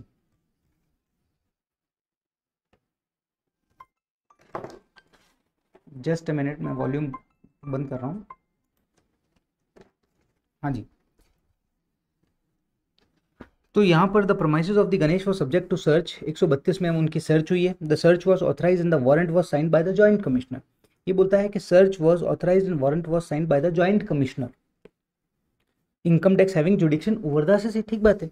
Consequent the information of his position, the assessee challenge the validity of search on the grounds that does not empower. ये बोलता है sir जेसी थोड़ी कर सकता है, joint commissioner नहीं कर सकता है सर्च का warrant issue, is not authorise, क्योंकि बड़े लोग कर सकते हैं। बिल्कुल सही बात है, 132 में साफ साफ बोला है कि बड़े लोग ही सर्च का वारंट इशू करेंगे। बड़े लोग मतलब कौन से, ये वाले बड़े लोग, ये बड़े लोग हैं, ये बड़े लोग हैं, ये बड़े लोग ही सर्च का वारंट इशू कर सकते हैं। राइट, ये CACIT है, CIT है, DGIT है, DIT है, ये they can issue the search warrant.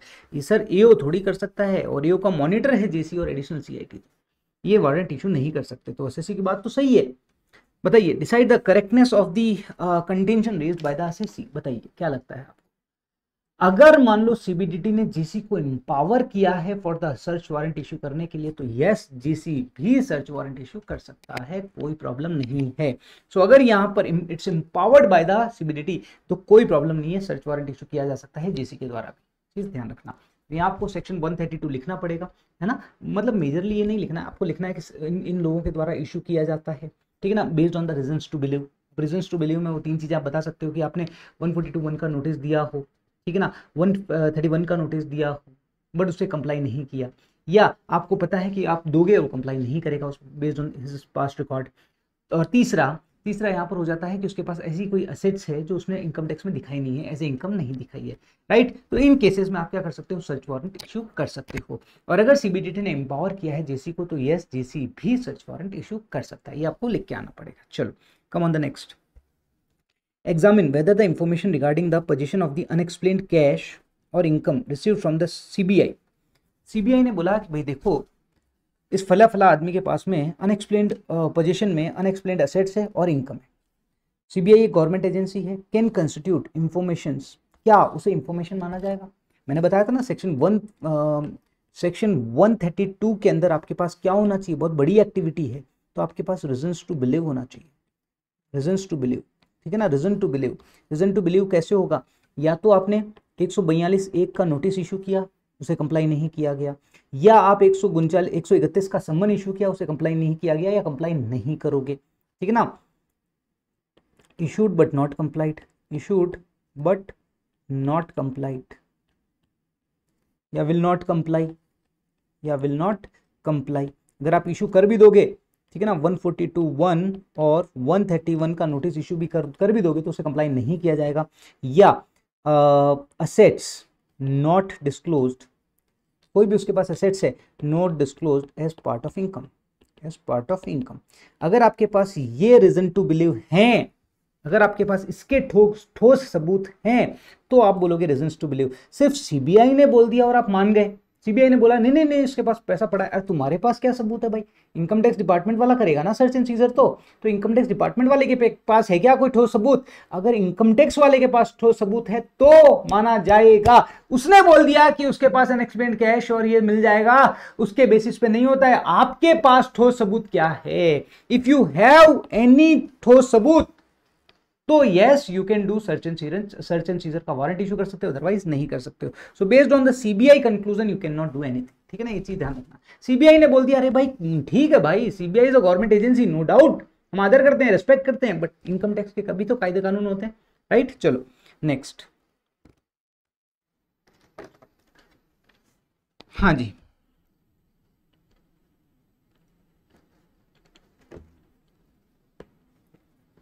ये कहता है बिजनेस प्रोमाइसेस ऑफ द राम भरोसे limited and the residence of the two of its director. ये कहता है द बिजनेस प्रोमाइसेस ऑफ राम भरोसे limited and the residence of two of its director at Delhi what searched. अच्छा, 132 के अंदर वहां पर सर्च एंड सीजर हो गई, मतलब राम भरोसे लिमिटेड की कंपनी के वहां पर और उसके 2 डायरेक्टर्स थे उनके घर पर सर्च हो गई। The search was concluded on 9/8/2022। और वो सर्च कब कंप्लीट हुई है आपकी? सर्च वॉज कंक्लूडेड ऑन 9/8/2022 को आपकी सर्च कंक्लूड हुई है। And the following assets seized beside other papers and record. और कुछ पेपर्स और कुछ असेट्स उन्होंने यहाँ पर सेज किए। पहला देखो, paper found in drawer of the accountant relating to Shri Krishna limited. ये कहता है राम भरोसे लिमिटेड की जो हम सर्च कर रहे हैं तो उसका जो अकाउंटेंट था, उसका जो अकाउंटेंट है राम भरोसे लिमिटेड के, उसकी ड्रॉअर में क्या मिले? कुछ पेपर मिले श्री कृष्णा लिमिटेड से रिलेटेड, श्री कृष्णा मुंबई से रिलेटेड।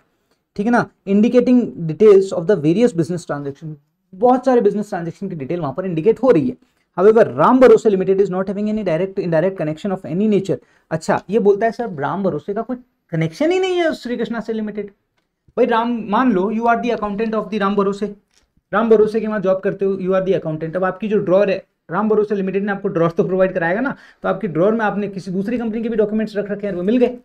तो भाई राम भरोसे का क्या लेना देना? राम भरोसे का डायरेक्ट इनडायरेक्ट अगाड़ा पिछाड़ा कोई लेना देना ही नहीं है उस कंपनी से, तो लेना देना है ही नहीं, तो हम क्या करें? हमारा कोई रिस्पॉन्सिबिलिटी नहीं है। सो ये जो डॉक्यूमेंट्स मिले हैं आपको श्री कृष्णा मुंबई वाले के, और ये है, तो जो दिल्ली वाला जुडिक्शन के एओ वाले क्या करेंगे?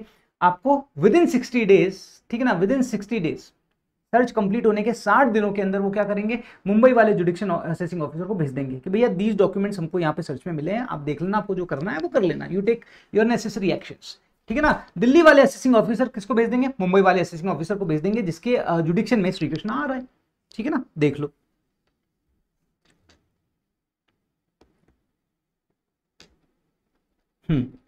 The authorized officer being DDI Delhi is not having any jurisdiction over the Sri Krishna Mumbai. Therefore, 132(9)(a), the papers seized relating to the company shall be handed over by him to the assessing officer having jurisdiction over the assessing officer within a period of 60 days from the date of which last the authorization of search was executed for taking further necessary action thereof. ठीक है ना, within 60 days. ठीक है ना, within 60 days.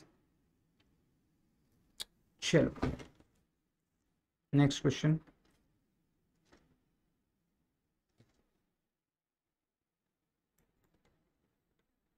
अगला ठीक है, jewellery worth ₹5 lakh from the bedroom of the one of director. अब एक डायरेक्टर के मान लो वहां पे घर पे सर्च कर दी थी उन्होंने, सर्च एंड सीजर, मतलब अपनी जो कंपनी थी राम भरोसे प्लस उसके 2 डायरेक्टर के घर पे, तो एक डायरेक्टर के घर पे इनको क्या मिला? 5 लाख रुपए के गोल्ड मिल गए, ज्वेलरी मिल गई, मतलब ज्वेलरी मिल गई, which was claimed by him. वो बोले यार ये तो मेरी जो बच्ची है उसकी है और उसकी शादी हो चुकी है, तो हिज मैरिड डॉटर।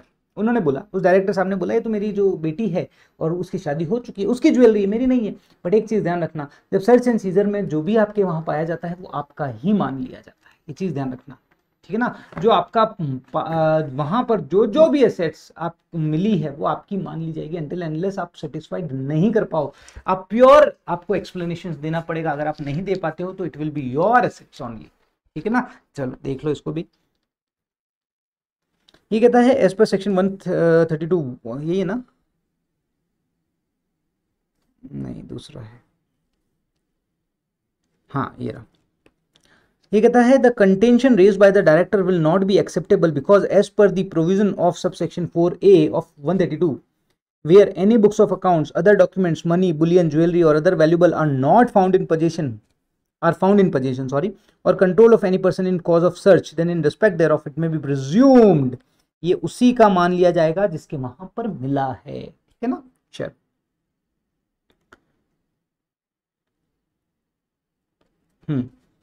अब ये बोलता है तीसरा, papers recording certain transaction of the income and expenses having direct nexus with the business of the company for the period 16/4/2018 to date of search. ये बोलता है कि कुछ पेपर्स भी मिले हैं, papers regarding recording certain transactions of income और expenses having direct nexus, जो बिजनेस से डायरेक्टली कनेक्टेड हैं। जैसे हमको श्री कृष्णा के मिले थे जिसका कोई दूर दूर तक हमारा लेना देना ही नहीं था, तो हमने उसको हैंडेड ओवर कर दिया, मुंबई वाले को हैंडेड ओवर कर दिया, क्योंकि हमारा कोई लेना देना नहीं है।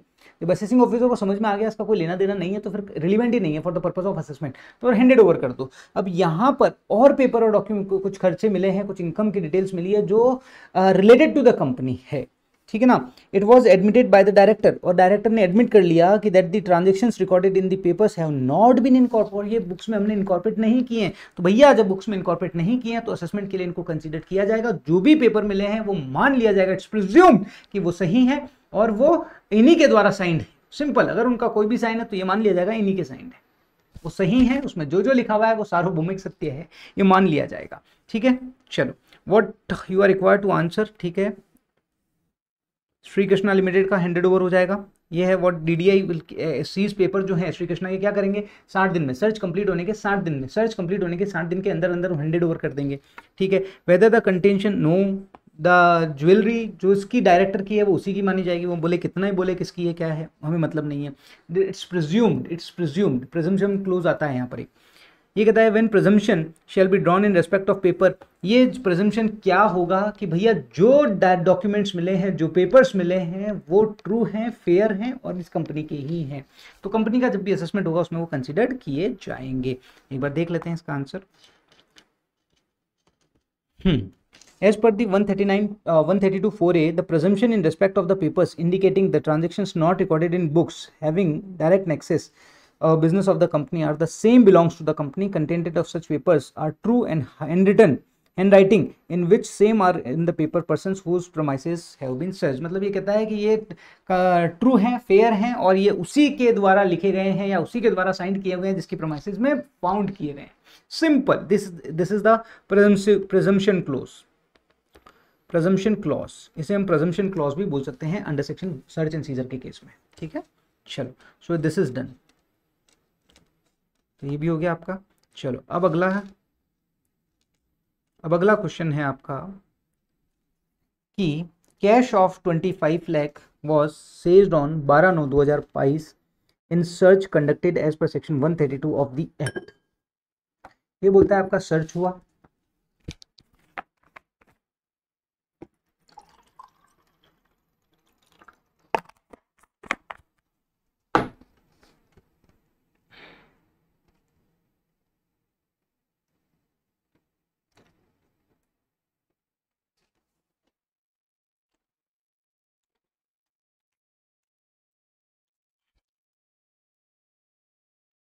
हाँ जी, ये बोलता है कि cash of 25 lakh was seized on 12/9/2022 in a search conducted as per section 132। ये बोलता है 132 की सर्च हुई है, वहां पर आपका 25 लाख रुपए सेज किए गए on 12/9/2022। The assessee moved in application on 27/10/2022 to release such assets after explaining the source thereof which was turn down by the turn down मतलब मना कर दिया, मना करना कि नहीं भाई। The assessee seek your opinion in the following issue, can the department withhold, क्या डिपार्टमेंट उसे होल्ड कर सकता है, if yes then what extent और व्हाट द पीरियड।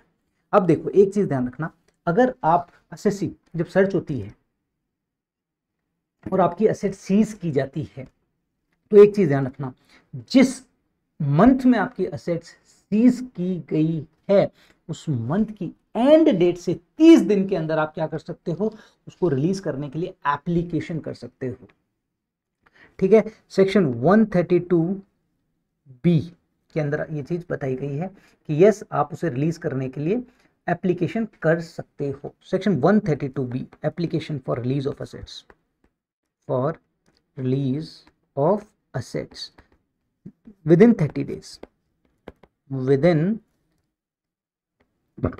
30 days, जिस महीने में आपकी एसेट सीज की गई है उस महीने के एंड से 30 दिन के अंदर आप क्या कर सकते हो, एप्लीकेशन करोगे सर ये एसेट्स को रिलीज कर दिया जाए। बट यहां पर आपको प्रॉपर एक्सप्लेनेशन देना पड़ेगा। अगर अगर आपके एक्सप्लेनेशन से वो सेटिस्फाइड है, अगर आपके एक्सप्लेनेशन से एओ सेटिस्फाइड है, तो अपने बड़े लोगों की अप्रूवल लेके विदिन 120 डेज, विदिन 120 डेज, ठीक है ना, from the date of completion of search, जब सर्च कंप्लीट हुई है वहां से 120 दिन के अंदर वो आपको असेट्स रिलीज कर देगा। That's it. ये चीज आपको यहां पर ध्यान रखनी पड़ेगी, ठीक है, ठीक है, करनी ही पड़ेगी। If your explanation is genuine और you is satisfied that your explanation is proper, तो वो मना नहीं कर सकता। उसे 120 दिन के अंदर, जिस दिन आपकी सर्च कंप्लीट हुई है ना, तो सर्च कंप्लीट होने से 120 दिन के अंदर उसे एसेट्स को रिलीज करना पड़ेगा, ठीक है।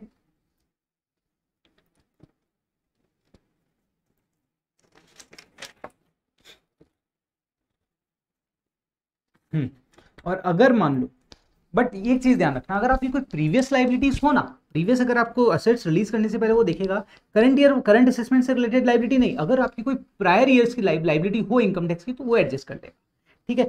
अब मान लो अगर वो सेटिस्फाइड नहीं है, अगर वो सेटिस्फाइड नहीं है, तो वो पहले आपका असेसमेंट कंप्लीट करेगा, उसके बाद 147 का असेसमेंट कंप्लीट करेगा, उसके बाद असेट्स को रिलीज करेगा।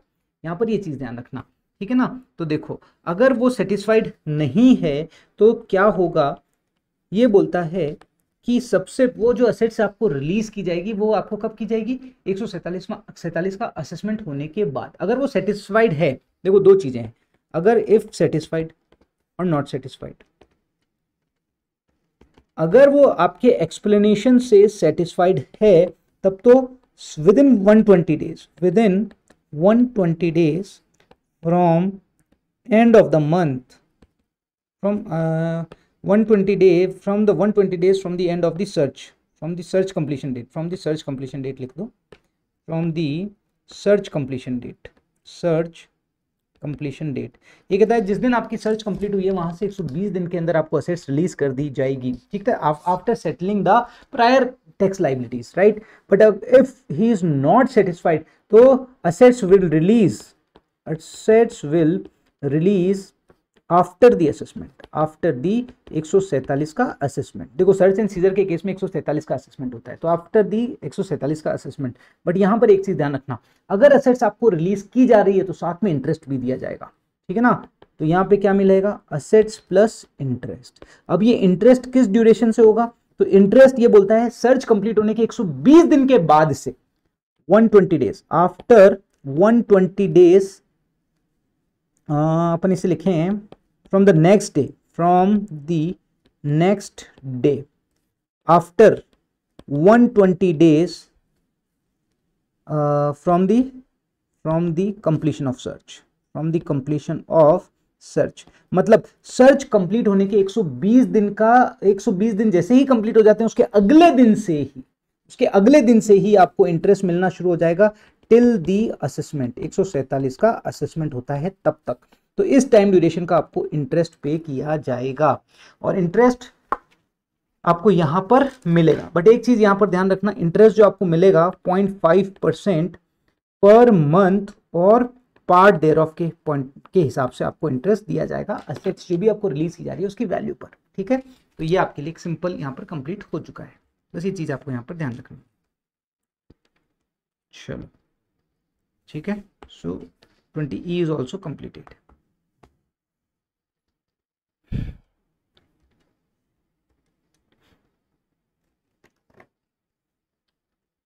यस, अभी अपन आते हैं क्वेश्चन नंबर 20F पर।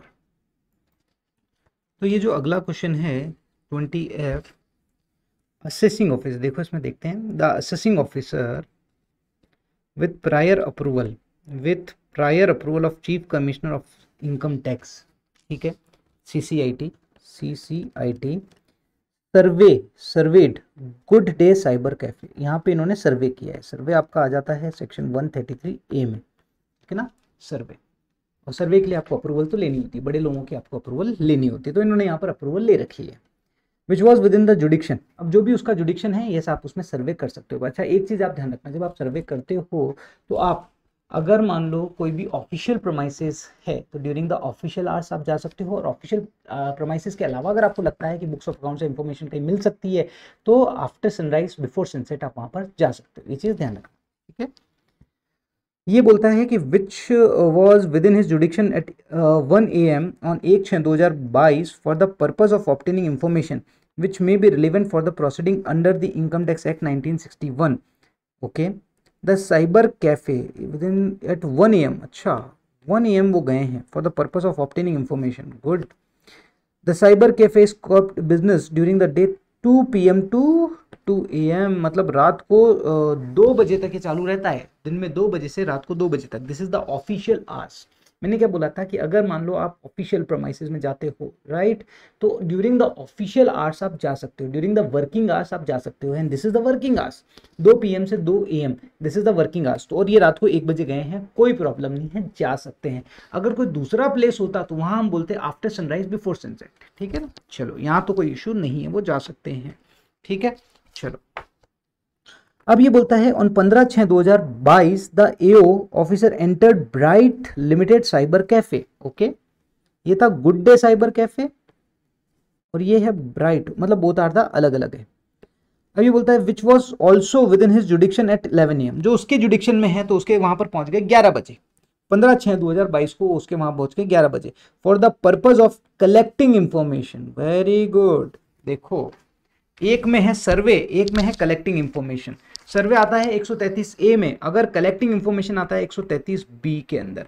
अगर आपको कोई भी इंफॉर्मेशन कलेक्ट करनी है, yes, during the official hours आप उसके ऑफिस में जा सकते हो, जो आपको इंफॉर्मेशन लेनी है वो ले सकते हो, ठीक है ना। बट यहां पर एक चीज ध्यान रखना, यहां पर आप बुक्स ऑफ अकाउंट्स वगैरह अपन नहीं लेके जा सकते, आप इंपाउंड नहीं कर सकते। लेकिन सर्वे के अंदर यस आपके पास राइट है कि आप बुक्स ऑफ अकाउंट्स इंपाउंड कर सकते हो, ठीक है ना। ये चीज आप यहां पर ध्यान रखना।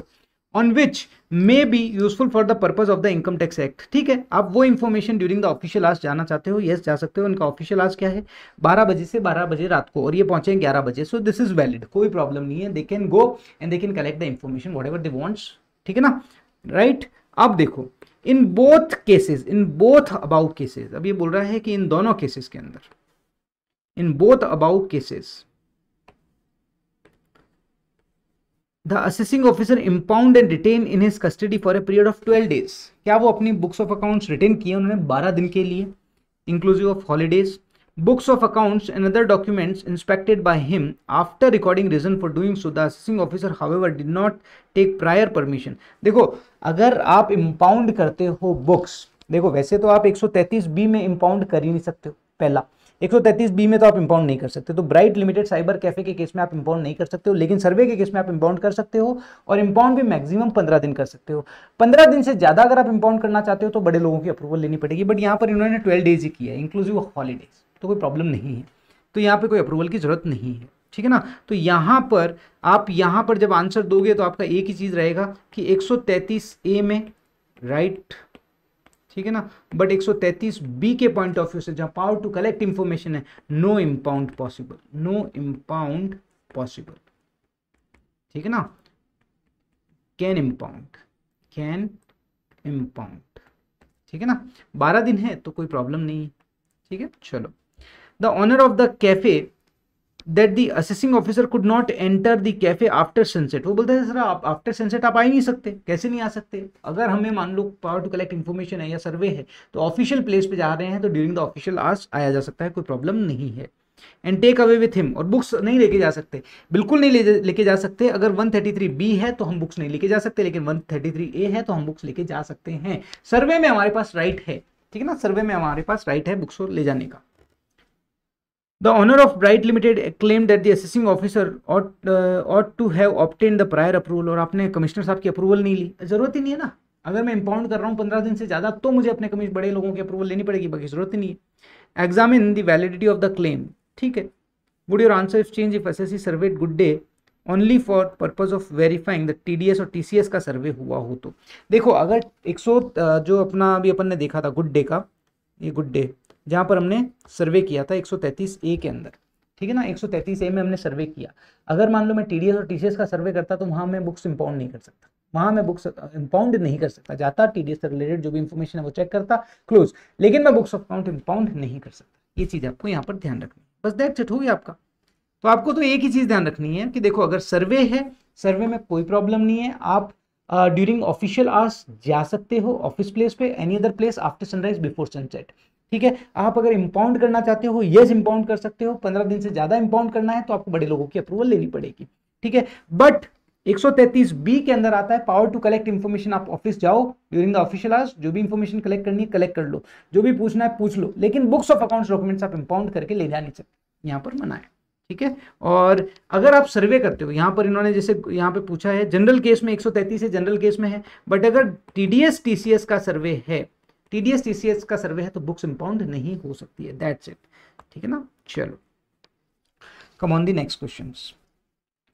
In course of search operation 132 in month of July 2022, a taxpayer makes a declaration 132 on earning of income not disclosed in respect of 21-22. Can the statement save the taxpayer from a levy of penalty if he is yet to file his return? अच्छा, ये बोलता है कि 132 में उसके वहां पे search हुई थी, ठीक है, सर्च हुई थी इन month of July 2022। A tax payer makes a declaration, उसने कहा भैया मैं अपना डिक्लेरेशन दे रहा हूं कि भैया मैंने 21-22 की इनकम नहीं दिखाई है, मतलब उसने खुद ने आगे होकर बता दिया कि मैंने अपनी इनकम नहीं दिखाई है, उसने खुद ने आके एक्सप्लेनेशन दे दिया, उसका सोर्स एक्सप्लेन कर दिया और उस पर जो टैक्स बनता है वो पे कर दिया।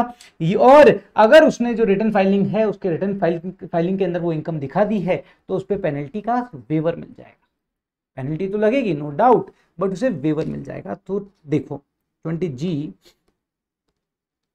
यहां पर क्या है कि देखो अगर मान लो रिटर्न आपको फाइल करना है 21-22 का, and due date of filing of return is also not expired and the penalty would be as follow. अगर मान लो आपने डिस्क्लोज तो पेनल्टी हो जाएगी 30% of the tax, right, 30% of tax, जो मैंने आपको 4 चीजें बताई थी कि आपने डिस्क्लोज कर दिया है, ठीक है, सोर्स एक्सप्लेन कर दिया है इनकम का, प्लस उस पर जो टैक्स बनता है वो पे कर दिया है, और रिटर्न फाइलिंग में आपने उसे दिखा दिया है, उसका रिटर्न फाइलिंग कर दिया है। अगर ये चारों चीजें आपने कर दी है तो जो भी टैक्स होगा उसका 30% पेनल्टी इंपोज होगी। और अगर मान लो आप नहीं करते हो, ये कंप्लायंसेस नहीं करते हो तो 60% पेनल्टी इंपोज हो जाएगी। देखो, if undisclosed income is admitted during the course of search in the statement furnished under section 132, the assessee explain the manner in which such income was derived, pay the tax together with interest, ठीक है ना, in respect of undisclosed income, और अपनी return में उसने disclose कर दिया है, तो वहां पर आपका 30% ऑफ द टैक्स, जो भी आपका टैक्स बनेगा उसका 30% पेनल्टी लगेगी, अदरवाइज 60% लगेगी। तो हमारे केस में हमने देखा है कि उसने चारों फुलफिल कर दिया है, डिस्क्लोज, सोर्स, टैक्स और रिटर्न फाइलिंग, तो जो पेनल्टी लगेगी that will be 30% of the undisclosed income, ठीक है ना, sorry 30% of the undisclosed income, ठीक है ना, अनडिस्क्लोज्ड इनकम, ये चीज ध्यान रखना, जो भी आपका अनडिस्क्लोज्ड इनकम है उसका 30% पेनल्टी लगेगी। चलो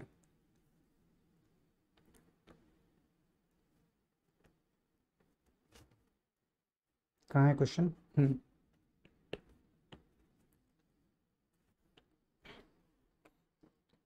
चलो, in respect of mister Ram who is engaged in export of fabrics, एक मिनट, जस्ट ए मिनट,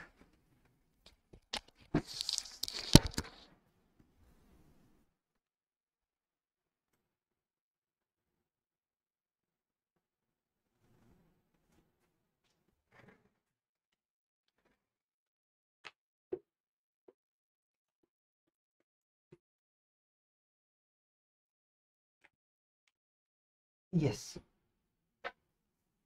चलो भी अपन कंप्लीट कर लेते हैं।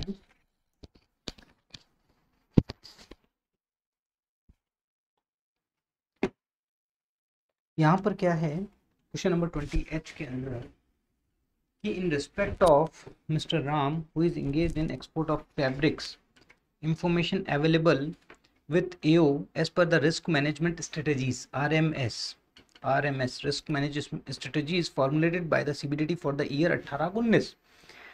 ये कहता है फॉर द ईयर 18-19 मतलब PY 17-18, ठीक है, AY 19 मतलब PY 18-19, ठीक है, 20-21 मतलब PY 19-20, 21-22 मतलब PY 20-21 ये बोलता है कि mister Ram who is engage in the export of the fabrics information available with AO as per the RMS. ये कहता है कि इनके पास इंफॉर्मेशन आई है। देखो जब भी आपको 147 का असेसमेंट करना होता है ना, तो सबसे पहले 148 का आपको नोटिस इशू करना होता है। एक मिनट रुकिएगा, कोई शायद आया है बाहर।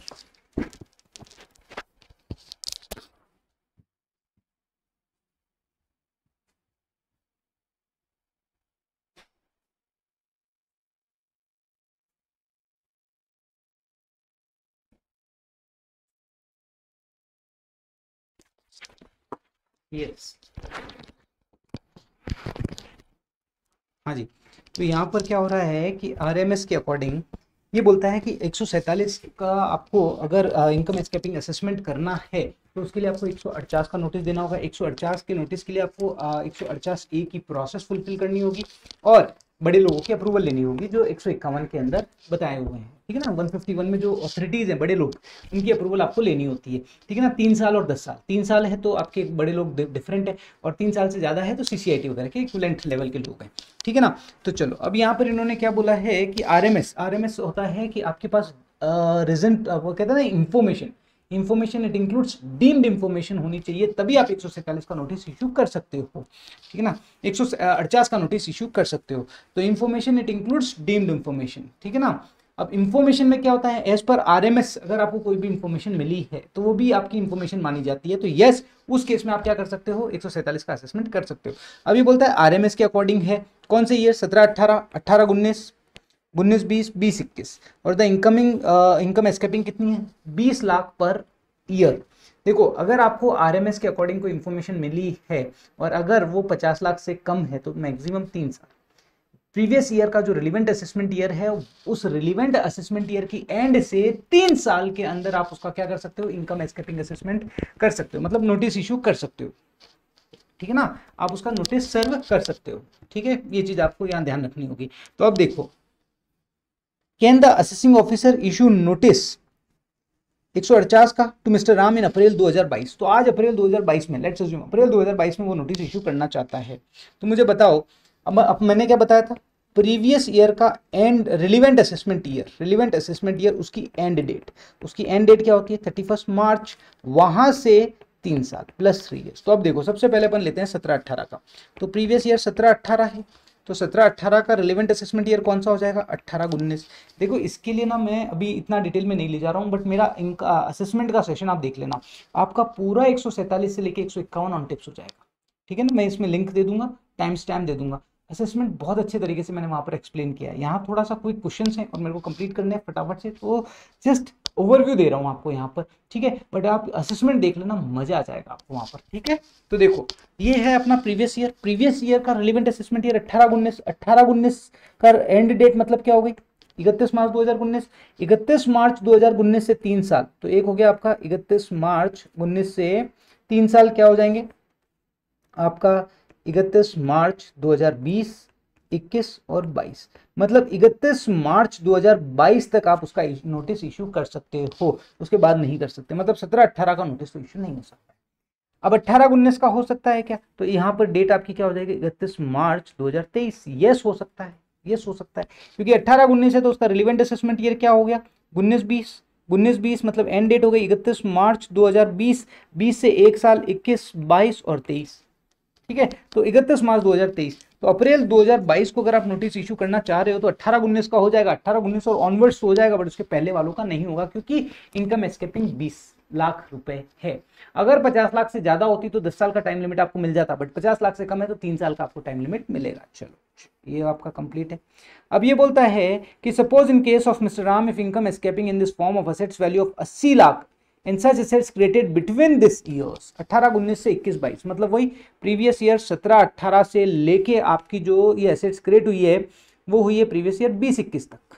ठीक है ना, अब हो सकता है यहां पर टोटल एग्रीगेट 80 लाख रुपए, टोटल एग्रीगेट। तो इन्होंने क्या बोला है, अभी ये रिसेंट अमेंडमेंट है, इन्होंने बोला है कि अगर मान लो आपका कोई इनकम एस्केपिंग है रिलेटेड टू असेट्स और एक्सपेंसेस किसी एक साल का या क्यूमुलेटिव ऑफ द ईयर्स, अगर मान लो 50 लाख से ज्यादा है तो 10 साल वाला बेनिफिट आपको एओ को दे दिया जाएगा, 10 साल वाला बेनिफिट एओ को दे दिया जाएगा। मतलब इनडायरेक्टली यहां पर असेट्स और एक्सपेंसेस, अगर मान लो आपका कोई इनकम एस्केपिंग है रिलेटेड टू असेट्स और एक्सपेंसेस और उनका एग्रीगेट अगर 50 लाख से ज्यादा है, तो यहाँ देखो प्रीवियस ईयर 17-18 से लेके प्रीवियस ईयर 20-21 और इनका एग्रीगेट 50 लाख से ज्यादा है, 80 लाख रुपए है ना, 50 लाख से ज्यादा है, तो यहाँ पर 10 साल के लिमिट का बेनिफिट आपको मिल जाएगा। मतलब ये 17-18 का भी काम इसमें हो पाएगा, 17-18 का भी इनकम एस्केपिंग असेसमेंट हो पाएगा। आई होप दिस इज क्लियर। समझ आ रहा है, समझ आ रहा है।